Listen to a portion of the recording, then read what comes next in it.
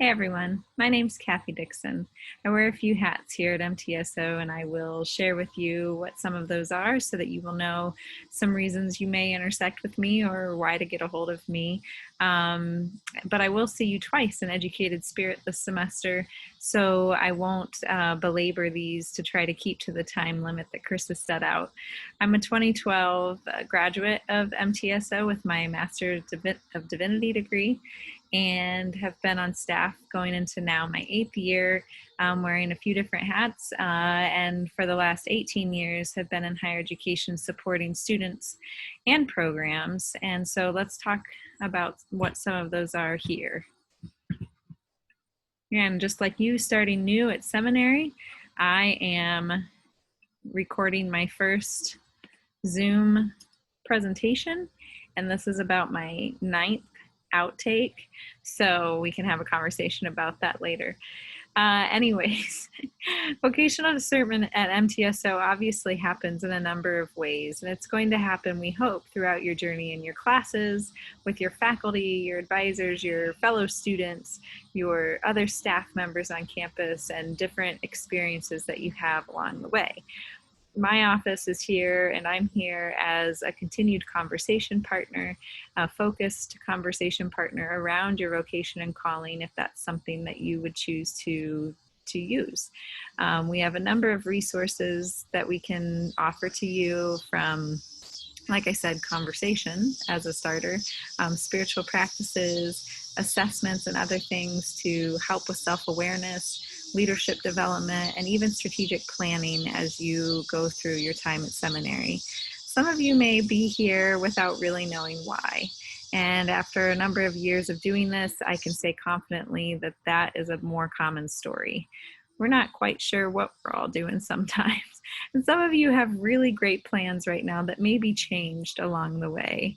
And our personal theologies, experiences, and other things along the way all contribute to how we understand who we are and our vocation in life.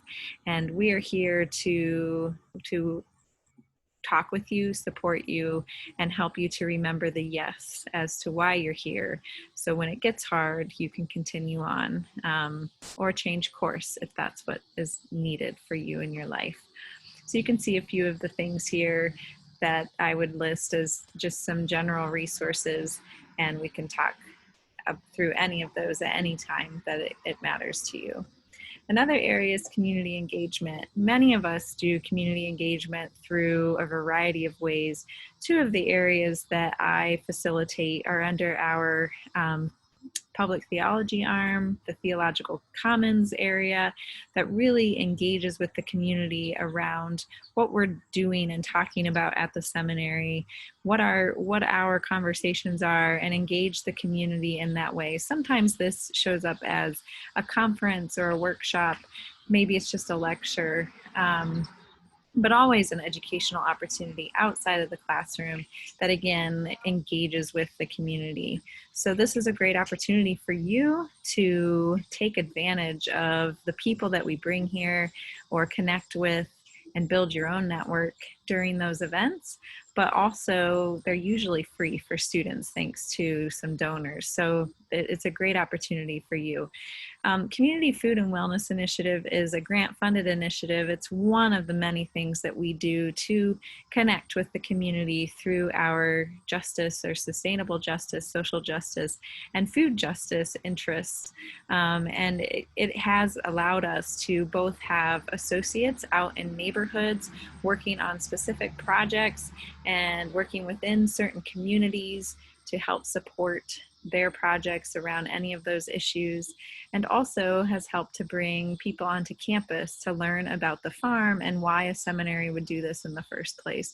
So we've been able to bring youth groups from churches or YMCAs or preschools, different Sunday school classes, different community groups onto campus to farm and table, which of course is difficult right now, but the work is obviously still there. So we are pressing along in times of COVID. Contextual education. I'm over field education and also in the MASJ internship coordinator. So for any of you that are MDiv or MAPT students or MASJ students, we will be talking more about your placements, your experiences. We really want those to be meaningful educational experiences for you. Some of you might be doing something that similar to what you're doing. Some of you might try out a new ministry.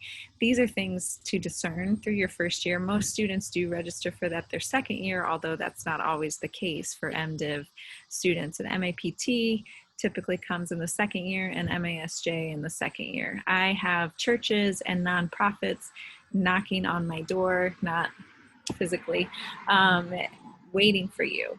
So as you gear up for your coursework and start to think about what your experiential education might look like, I'm happy to have those conversations, and then we'll direct the process with you.